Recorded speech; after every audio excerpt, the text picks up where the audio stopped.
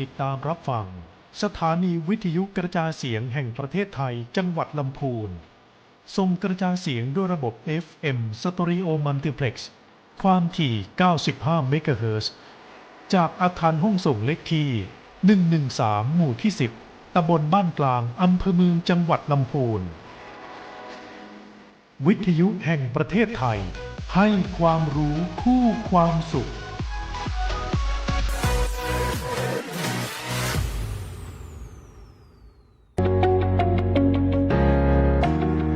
การประเมินภัยเป็นหัวใจสำคัญของการจัดการภัยพิบัติเฝ้าระวังเตือนภัยและอันตรายเพื่อให้ประชาชนเตรียมพร้อมรับมือสาธารณภัยได้ดีขึ้นก่อนเกิดภัยติดตามประกาศเตือนภัยและข่าวสารจากทางการ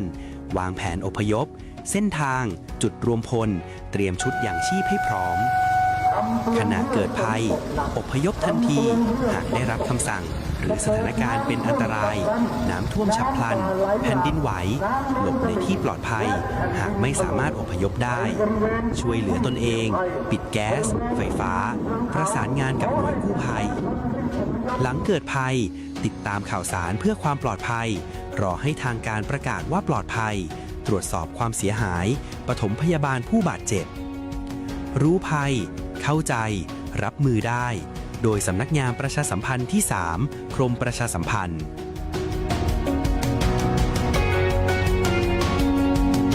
ประกันภัยบัดดี้ฟังแค่เช็คชัดชัวร์ก่อนลดเสี่ยง 1. เช็คใบอนุญาตตัวแทนและนายหน้าผ่านเว็บไซต์คปภ.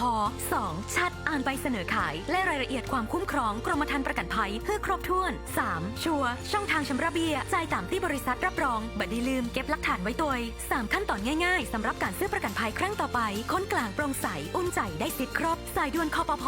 1186 Line Official @OIC Connect คปภ.คุ้มครองผู้ทำประกันภัยคุ้มครองคุณภูนทเวศทั้งแผ่นดินมิเหือดสิ้นน้ำตานองอกสั่นพรั่นไทยผองกรองความเศร้าโศกาดูนอัดสุชนบนใบหน้าน้ำตาฟ้าหลั่งเพิ่มพูนร่ำให้ทวีคูณยามยินข่าวร้าวในสวงน้อมรำลึกในพระกรุณาธิคุณข้าพระพุทธเจ้าคณะผู้บริหารข้าราชการและเจ้าหน้าที่สถานีวิทยุกระจายเสียงแห่งประเทศไทยกรมประชาสัมพันธ์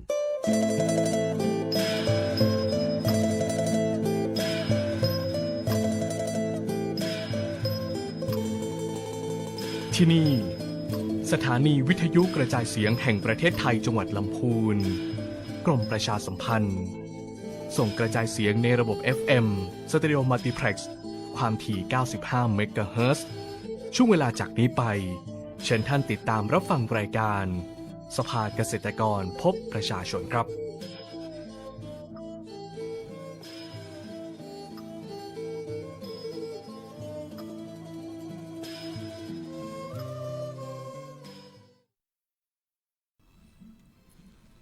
ครับสวัสดีครับผมโก้นะครับกิตติพิษนะดาชนบทนักวิชาการเกษตรครับผม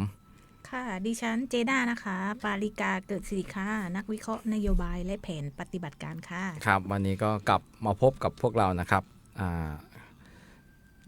สภาเกษตรกรจังหวัดลำพูนนะครับในรายการสภาเกษตรกรพบประชาชนนะครับรายการที่จะคัดสรรสาระดีๆนะครับข่าวสารเกี่ยวกับการเกษตรนะครับให้กับทุกท่านนะครับผ่านทางสถานีวิทยุกระจายเสียงแห่งประเทศไทยนะครับทางขึ้น FM 95 เมกะเฮิรตซ์นะครับออกอากาศในทุกวันพุธสัปดาห์เว้นสัปดาห์นะครับครับวันนี้เราก็มี ข่าวสารนะเกี่ยวกับภาคการเกษตรที่หลากหลายรวมถึงสภาพดินฟ้าอากาศนะครับที่ของจังหวัดลำพูนของเราโดยเฉพาะเรื่องข่าวสารเกี่ยวกับฝนฟ้านะครับในช่วงนี้ใช่นะสังเกตว่าช่วงนี้เราจะเห็นว่าบางช่วงก็ฝนตก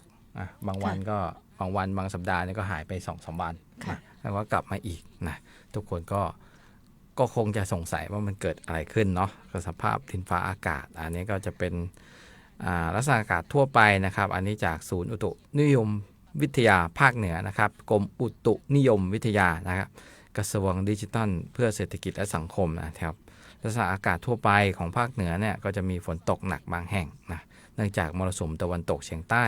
กำลังปานกลางพัดปกคลุมทะเลอันดามันแล้วก็ส่งผลและอ่าวไทยประกอบกับมีหย่อมความกดอากาศต่ำปกคลุมบริเวณประเทศเวียดนามตอนบนนะครับอันนี้ก็ขอให้ประชาชนเตรียมพร้อมระวังอันตรายจากฝนตกหนักและฝนที่ตกสะสมซึ่งอาจทำให้เกิดน้ำท่วมฉับพลันและน้ำป่าไหลหลากโดยเฉพาะพื้นที่เสี่ยงใกล้ทางน้ำไหลผ่านและพื้นที่ลุ่มนะครับโดยเฉพาะของจังหวัดลำพูนของเรานะครับซึ่งโดยเฉพาะทางทุ่งหัวช้างทางลี้แล้วก็แม่ทาบางส่วนเนี่ยก็สังเกตได้ว่าเป็นที่ราบและที่อยู่ระหว่างหุบเขาแล้วก็จะมีเส้นทางแม่น้ำไหลผ่านบางทีมันเกิดการฝนตกสะสมมากอะไรอย่างเงี้ยมันก็อาจจะเกิดน้ำป่าไหลหลากได้ซึ่งที่ผ่านมาทางทุ่งหลวงเนี่ยก็มีเหตุที่ว่าน้ำป่าไหลหลากแล้วก็มีผู้เสียชีวิตอันนี้ก็ขอความแสดงความเสียใจด้วยนะครับอันนี้ก็ให้มันระวังนะครับแล้วก็การเตรียมพร้อมรับมือนะครับอันนี้พยากรณ์อากาศและข้อควรระวังสำหรับเกษตรกรภาคเหนือนะครับ14 ถึง 20 มิถุนายน 69นะครับ อันนี้ฝนตกหนักของพื้นที่ก็ประมาณ 70 ถึง 80% นะครับโดยเฉพาะช่วงวันที่ 17 ถึง 19 นะครับที่มีโอกาสฝนตกหนักมากนะก็เริ่มวันนี้เลยครับวันที่ 17 ระวังน้ำท่วมฉับพลันน้ำป่าไหลหลากและดินถล่มในพื้นที่ลาดเชิงเขานะครับสำหรับพี่น้องเกษตรกรก็เน้นย้ำการเตรียมพร้อมและดูแลพืชพันธุ์ปศุสัตว์นะครับเพื่อลดความเสียหายนะครับจากการระบบน้ำและค้ำยันพืชขุดลอกทางน้ำและค้ำยันกิ่งไม้เพื่อป้องกันความเสียหายจากน้ำขังอันนี้เฉพาะสวนลำไยแล้วก็ต้นลำไยของเรานะครับแล้วก็อุณหภูมิเนี่ยก็อยู่ที่ประมาณ 22-36 องศาเซลเซียสก็จะเรียกว่าร้อนชื้นก็ถือว่าเป็นร้อนชื้นนะครับลมเนี่ยก็จะมี 10-20 กิโลเมตรต่อชั่วโมงอันนี้ก็เรื่องของการพ่นยาหรือว่าการทำงานกลางแจ้งที่เกี่ยวกับการต้องพ่นยาอะไรก็มันก็ยังมีกระแสลมอยู่นะก็ต้องพิจารณาในการฉีดพ่นแล้วก็มีเรื่องของฝนตกนะครับแล้วก็เฝ้าระวังโรคพืชและดูแลปศุสัตว์ระวังโรคปากโรคเน่าและเชื้อราในพืชนะครับถ้าเป็นสัตว์กีบสัตว์อะไรที่เป็นเท้าเป็นกีบนะเช่นโคกระบืออย่างเงี้ยก็ระวังเรื่องแผลอาจจะติดเชื้อได้แล้วถ้าเป็นตัวเกษตรกรเองก็งดทำงานกลางแจ้งขณะพายุฝนนะครับหลีกเลี่ยงพื้นที่โล่งแจ้งหรือใต้ต้นไม้ใหญ่อันนี้ก็เรื่องของฟ้าผ่านะครับเรื่องที่เราเคยเตือนไปก็เรื่องของอุปกรณ์โทรศัพท์มือถือหรือว่าที่เป็นโลหะที่มันอาจจะเหนี่ยวนำนะครับให้เกิดฟ้าผ่าได้ซึ่งก็จะอันตรายถึงแก่ชีวิตได้นะครับผมค่ะต่อไปนะคะเรามาคาดการณ์นะคะฤดูฝนนะคะในปี 2569 นี้นะคะว่าเกษตรกรมีแนวทางสำหรับการปฏิบัติตัวยังไงนะคะ4 ช่วงของฤดูฝนนะคะเรามาดูช่วงแรกค่ะ15 พฤษภาถึงกลางเดือนตุลา69เนี้ยค่ะช่วงแรกพฤษภาถึงกลางเดือนมิถุนาค่ะเริ่มต้นของฤดูฝนนะคะระวังฝนตกหนักค่ะโดยเฉพาะภาคตะวันออกและภาคใต้ตะวันออกค่ะฝนตกประมาณ 60-80% ของพื้นที่ค่ะช่วงที่2ค่ะปลายมิถุนาถึงต้นกรกฎาเนี่ยค่ะฝนจะทิ้งช่วงแล้วก็ฝนจะลดน้อยลงค่ะชั่วคราวแต่ว่าเสี่ยงขาดแคลนน้ำนะคะโดยเฉพาะพื้นที่นอกเขตชลประทานค่ะช่วงที่3ค่ะสิงหาคมถึงกันยายนเนี่ยค่ะช่วงเสี่ยงอันตรายที่สุดช่วงนี้เป็นช่วงอันตรายฝนจะตกชุกหนาแน่นนะคะแล้วก็เสี่ยงน้ำท่วมฉับพลันแล้วเล็บน้ำป่าไหลหลากนะคะในหลายพื้นที่ค่ะช่วงที่4นะคะช่วงตุลานี้ก็เปลี่ยนผ่านฤดูกาลนะคะภาคเหนือและภาคตะวันออกเฉียงเหนือฝนลดลงเริ่มมีอากาศเย็นส่วนภาคกลางเนี่ยค่ะก็จะมีภาคกลางภาคตะวันออกและภาคใต้เนี่ยก็จะมีฝนตกอยู่ค่ะสำหรับแนวทางการปฏิบัติของเกษตรกรเนี่ยค่ะเตรียมความพร้อมค่ะด้านพื้นที่และข้อมูลค่ะติดตามพยากรณ์อากาศค่ะอย่างใกล้ชิดและจัดการระบบน้ำการระบายน้ำและยกร่องสูงเพื่อลดน้ำขังการดูแลพืชและต้นไม้ค่ะการตัดแต่งกิ่งและทำค้ำยันค่ะแล้วก็ป้องกันลมพายุค่ะการจัดการผลผลิตค่ะและโรคพืชค่ะใช้ชีวพันธุ์คุมโรคพืชแล้วก็ช่วงควบคุมความชื้นค่ะและทยอยเก็บเกี่ยวผลผลิตเพื่อลดความเสี่ยงเสียหายจาก ลมแรงค่ะอันนี้เป็น4ช่วงของฤดูฝนค่ะก็เรียกว่า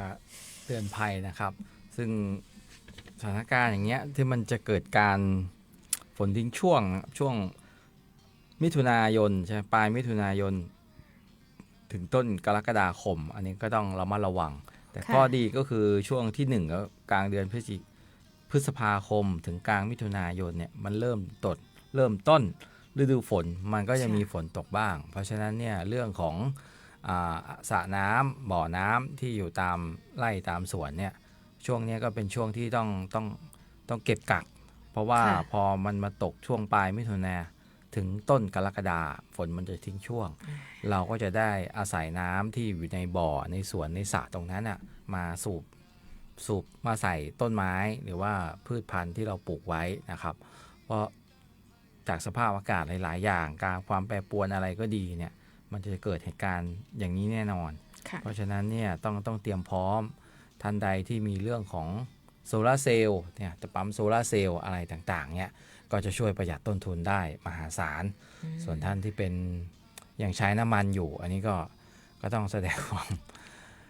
เข้าใจนะเพราะราคาน้ำมันทุกวันนี้ใช่ต้นทุนสูงมันก็ยังก็ให้เตรียมพร้อมนะแล้วก็เรื่องของน้ำที่มันอยู่แล้วก็อย่าพึ่งไประบายออกมากนะครับเอาพอให้มันแฉะๆมาดๆนะครับเพื่อจะได้ให้มันผ่านช่วงฝนทิ้งช่วงไปนี้ได้อันนั้นก็เป็นเรื่องของการบริหารจัดการในเชิงพื้นที่นะครับหลังจากนั้นนี่ก็ประมาณช่วงเสี่ยงอันตรายนี่ก็ช่วงสิงหากันยาอันนี้ก็เริ่มฝนตกชุกแล้วตอนนั้นก็ไม่ต้องเก็บแล้วก็คือถ้าเป็นนานี่จะเห็นชัดช่วงนี้เขาจะเปิดคะนาไว้เลยพอน้ำมันเต็มทุ่งนาก็ให้มันล้นระบายลงคลองของเรานี่ก็เหมือนกันแต่ว่าของเรามันก็จะมีความเสี่ยงเพราะว่าถ้าเกิดเราไปเปิดไว้เนี่ยน้ำปิงน้ำทาน้ำกวงน้ำลี้อ่ะมันอาจจะล้นย้อนเข้ามาได้อันนั้นก็ต้องหมั่นตรวจแปลงนะหมั่นตรวจแปลงตรวจสวนแล้วก็ดูระดับน้ำแล้วก็ดูพยากรณ์อากาศอันนี้ก็ต้องใช้ความชำนาญประสบการณ์เฉพาะตัวนะด้วยความเป็นห่วงเป็นใยนะครับทีนี้ก็มาถึงโรคที่เกี่ยวกับคนนะครับโรคและภัยสุขภาพอันนี้มาจากสาธารณสุขนะครับกรมควบคุมโรคกระทรวงสาธารณสุขนะครับก็จะมีโรคนะและภัยสุขภาพในช่วงฤดูฝนนะครับโรคติดต่อทางเดินหายใจแน่นอนทางเดินหายใจทุกคนก็คิดถึงไข้หวัดนะครับโดยเฉพาะไข้หวัดใหญ่โรคปอดอักเสบโรคติดเชื้อไวรัส RSV แล้วก็โรคติดเชื้อไวรัสโคโรนานะครับ2019อันนี้ก็มันยังอยู่กับเราแล้วมันไม่ได้หายไปไหนนะครับเพียงแต่ว่าความรุนแรงความอะไรต่างๆเนี่ยมันอาจจะลดน้อยลงไปนั่นแหละเชื้อโรคมันมีการเปลี่ยนแปลงแล้วก็มีฉีดวัคซีนอะไรกันมันก็ยังมีอยู่นะครับแล้วก็โรคติดต่อจากการสัมผัสโรคมือเท้าปากโรคฉี่หนูนะครับอันนี้ก็ยังเป็นประเด็นโดยเฉพาะโรคมือเท้าปากในเด็กเล็กนะครับที่ศูนย์เด็กเล็กด้วยอะไรที่ไปเพราะว่าเด็กมันไปรวมกันด้วยอายุของเขาวัยวุฒิอะไรเงี้ยเรื่องของการป้องกันโรคการอะไรเนี่ยเขายังไม่มีเพราะฉะนั้นเนี่ยผู้ปกครองอะไรเงี้ยต้องหมั่นตรวจสุขภาพแล้วก็สอนสุขลักษณะเบื้องต้นนะครับอย่างเช่นการล้างมือนะครับการเรื่องของการแกะขี้หูขี้ตาอะไรอย่างเงี้ยครับเราต้องสอนกันเบื้องต้นแล้วก็โรคการติดต่อโดยยุงลายก็ไข้เลือดออกนะครับเรื่องปวดข้อนะครับหรือชิคุนกุนย่าอันนี้ครับโรคติดเชื้อไวรัสซิก้าอันนี้ยุงเป็นพาหะนะครับโดยเฉพาะพี่น้องเกษตรกรนะครับหรือแม้แต่ในเด็กเล็กก็ดีเพราะว่าพอมันมีฝนตกอะไรต่างๆมีน้ำขังเนี่ยวงจรยุงมันก็จะเริ่มกำเนิดนะครับไล่ตั้งแต่เป็นไข่จนไปถึงตัวเต็มวัยเนี่ยมันใช้ระยะเวลาไม่นานประมาณ 14-15 วันมันก็ออกไปกัดคนแล้วก็เริ่มวัฏจักรได้อันนี้ต้องระมัดระวังนะครับในไร่สวนไร่นาที่เราเคยบอกกล่าวแจ้งข่าวกันในเรื่องของภาชนะที่เหลือใช้อย่างเช่นแกนลอนยาขวดพลาสติกอะไรเนี่ยก็คว่ำหรือทำลายให้เรียบร้อยหรือว่าในถ้าอยู่บ้านเรือนก็พวกกระถางต้นไม้พวกยางรถกลเก่าไอ้ที่มันเป็นแอ่งน้ำแล้วน้ำนิ่งครับยุงมันจะชอบไปขังไปไข่อยู่นะครับก็ทางเทศบาลหรือว่าทางท้องถิ่นนะก็หลายๆพื้นที่นะก็เห็นไปฉีดพ่นนะใช่ลงสำรวจกันสำรวจไซเบตนะครับก็ขอรู้ความร่วมมือโดยเฉพาะพี่น้องเกษตรกรนะว่าก็ต้องยอมรับว่า เราเป็นอาชีพที่ต้องใช้แรงงาน ค่ะ หากเราเจ็บป่วยไม่สบายอะไรต่างๆเนี่ยมันไม่สามารถไปทำงานได้ มันก็จะทำให้เรา ขา ขา ด ด ราย ราย ได้ ได้ใช่ ค่ะ แล้วก็เรื่องของการเกษตรการตรวจแปลงการเยี่ยมชมอะไรเยี่ยมแปลงดูแปลงอะไรอย่างเงี้ยมันก็จะสูญเสียตรงนี้ไปเนาะแล้วก็ภัยสุขภาพการบาดเจ็บและเสียชีวิตจากการถูกฟ้าผ่าอันนี้ก็เรามาระวังนะครับอย่างที่เราเตือนไปว่าควรงดนะมันไม่ใช่งดทั้งวันนะเราแดดออกเราก็ไปทำพอฝนมันตั้งเขามา ค่ะ อะไรต่างๆเนี่ยเราก็เข้าร่ม เข้าร่มก่อน ครับเข้าร่มนะครับอันตรายจากการกินเห็ดพิษอันนี้ก็เริ่มเป็นข่าวประปรายบางทีเราอยากลองอะไรอย่างเงี้ย อยากลองของแปลกอะไรอย่างเงี้ย ค่ะ เราไปกินเนี่ยก็อย่าครับไปกินนั่นแหละเห็ดที่เรากินเป็นปกติอย่างเช่นเห็ดปวกเห็ดโคนเห็ดอะไรอย่างเงี้ยฮะเห็ด อ่า ถอบเห็ด ค่ะ ถอบอะไรอย่างเงี้ยแล้วกินอย่าไปลองของแปลกมันอันตรายครับเพราะพวกนี้มัน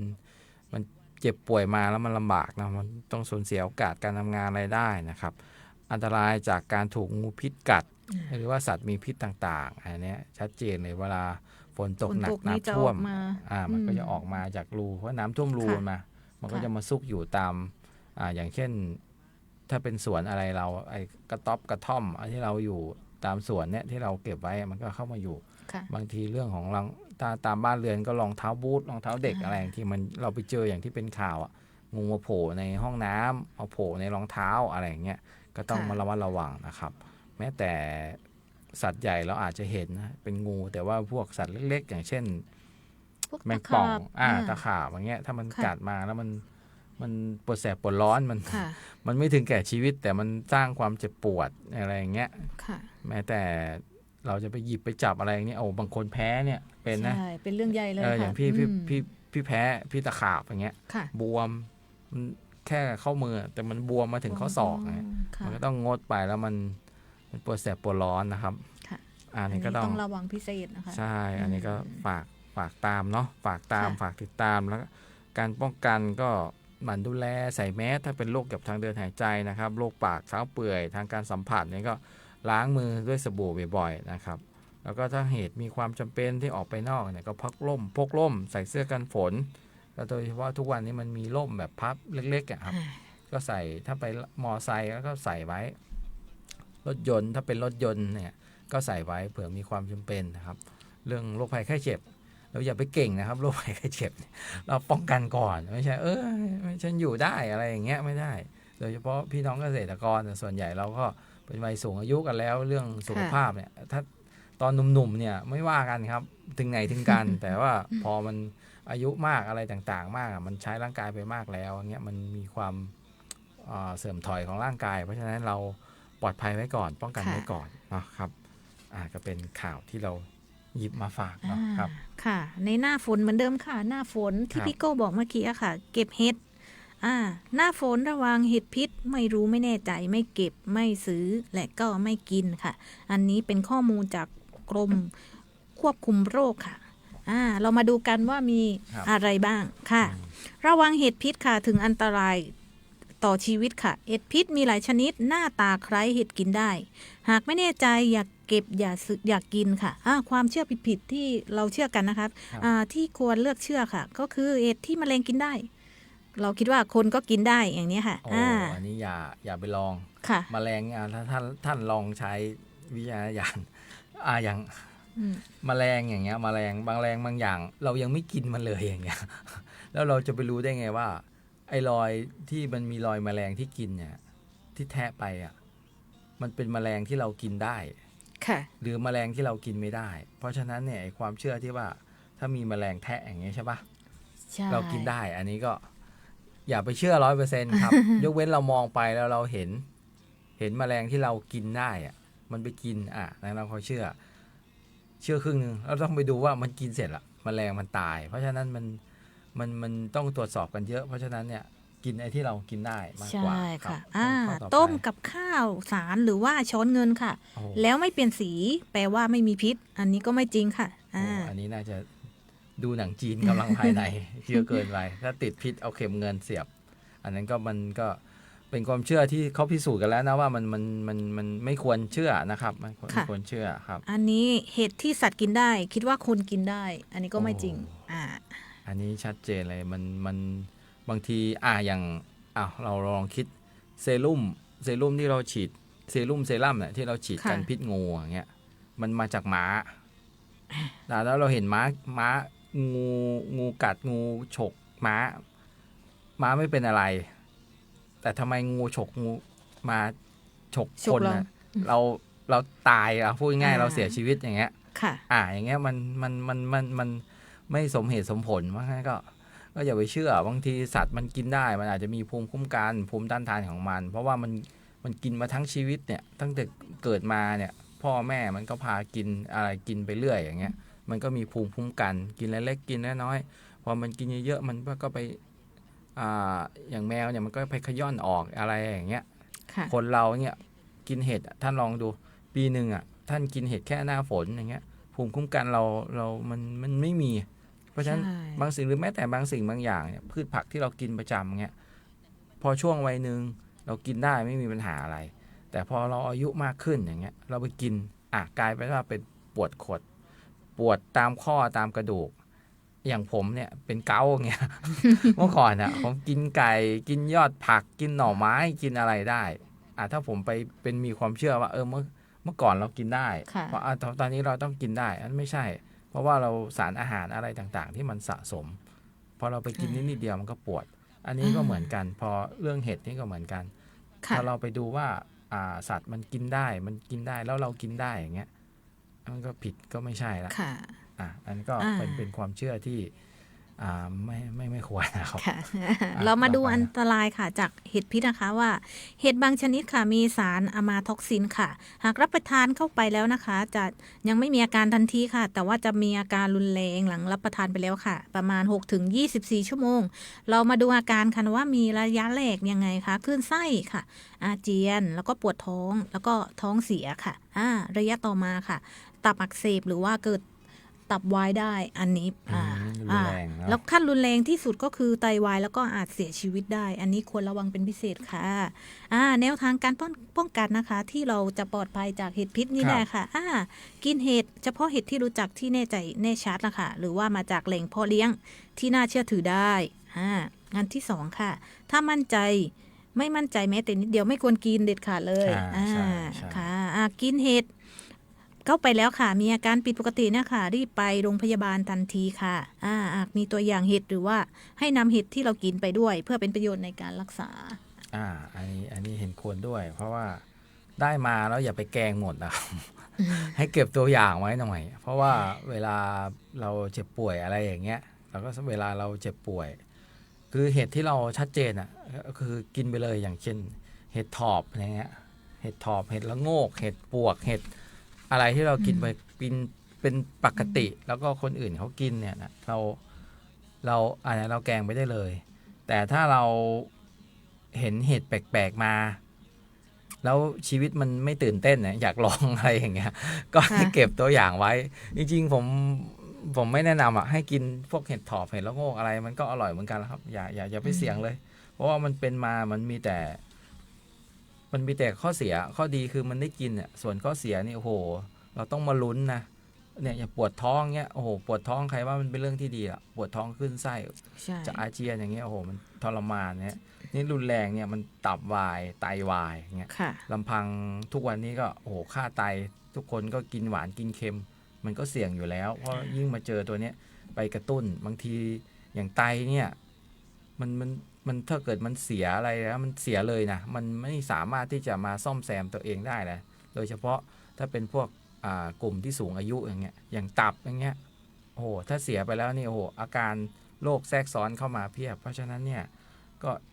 ไม่ควรกินเนาะกินเฉพาะเห็ดที่เราคุ้นชินกินเป็นปกติอย่านะครับก็เป็นความห่วงใยเนาะใช่แล้วมาดูว่าใครเสี่ยงบ้างที่กินเห็ดเข้าไปนะคะ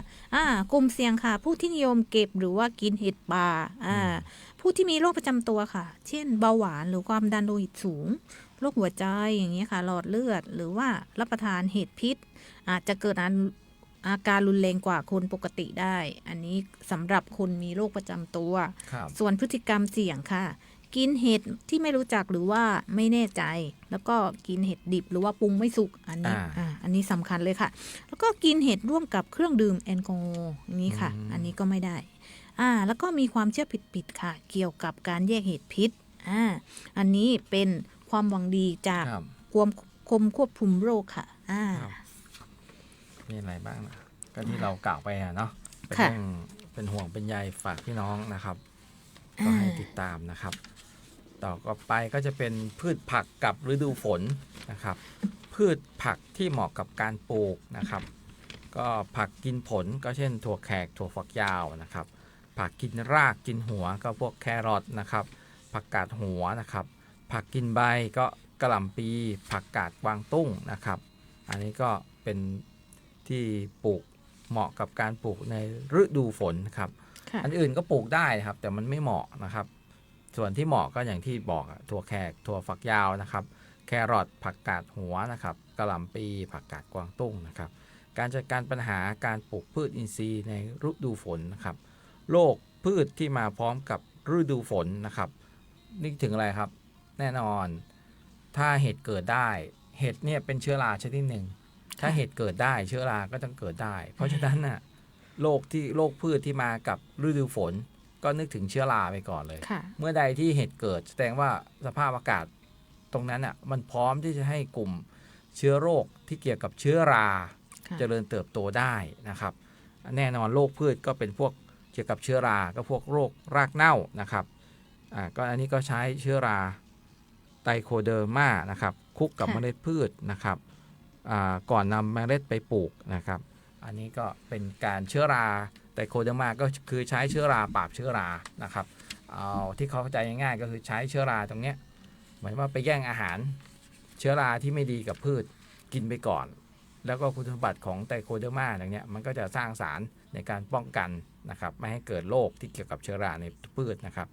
สภาพอากาศที่ไม่ค่อยมีแสงแดดทำไมบอกว่าไม่มีแสงแดดเพราะอย่าลืมว่าพืชนะครับมันปรุงอาหารสังเคราะห์แสงอย่างที่เราเรียนมาโดยใช้แสงแดดนะพอมันไม่มีแสงแดดมันก็ไม่สามารถที่จะปรุงอาหารสังเคราะห์แสงได้ก็คือเหมือนถ้าเป็นคนก็เหมือนคนไม่ได้กินอาหารไม่ได้กินข้าวอย่างเงี้ยเพราะฉะนั้นพืชมันจะอยู่ในสภาวะอ่อนแอนะครับอ่อนแออ่อนแรงเพราะฉะนั้นเนี่ยมันก็จะไม่ได้มีสามารถที่จะสังเคราะห์แสงได้นะครับมันก็จะทำให้พืชอ่อนแอนะครับโรคและแมลงเนี่ยก็สามารถที่จะเข้าทำลายได้เพราะฉะนั้นเนี่ยสภาพอากาศฤดูฝนที่มันมีก้อนเมฆลอยมาแล้วก็บางช่วงก็มีแดดออกอะไรเงี้ยนั่นคือสภาพอากาศที่ดีแต่ถ้าแบบมืดครึ้ม2 วัน 3 วันอย่างเงี้ยแสดงว่าไม่ดีเพราะว่าพืชมันไม่ได้รับแสงแดดในปริมาณที่เหมาะสมมันจะทำให้การสังเคราะห์แสงสร้างอาหารในระบบต้นพืชไม่ได้นะครับวิธีแก้คือปลูกพืชให้มีจำนวนให้เหมาะสมกับการปลูกนะครับแล้วก็ระวังไม่ให้ชิดกันแน่นเกินไปเพราะอาจจะเป็นสาเหตุทำให้เกิดโรคได้อันนี้สำคัญก็เหมือนมันหนาแน่นแล้วพอมันเกิดโรคแล้วก็เกิดจากต้นนี้มันก็จะระบาดไปต้นนั้นได้อันนี้ก็ต้องเฝ้าระมัดระวังนะครับอีกเรื่องหนึ่งก็สำหรับพื้นที่ที่มีการปลูกทุเรียนนะครับบ้านเรานี่ก็เริ่มมีปลูกทางทุ่งหัวช้างทุ่งลี้ป่าซางแม่ทานะครับหลายๆพื้นที่นะครับก็มีการปลูกนะครับแล้วก็เป็นพืชเศรษฐกิจมูลค่าสูงนะครับแล้วก็การระบาดหนอนเจาะเมล็ดทุเรียนเนี่ยนะครับ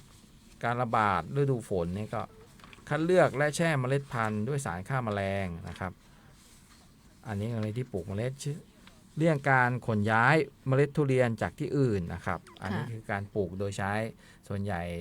ก็มีเทคนิควิธีการบางคนก็ใช้ต้นสำเร็จมาปลูกเลยนะครับบางท่านก็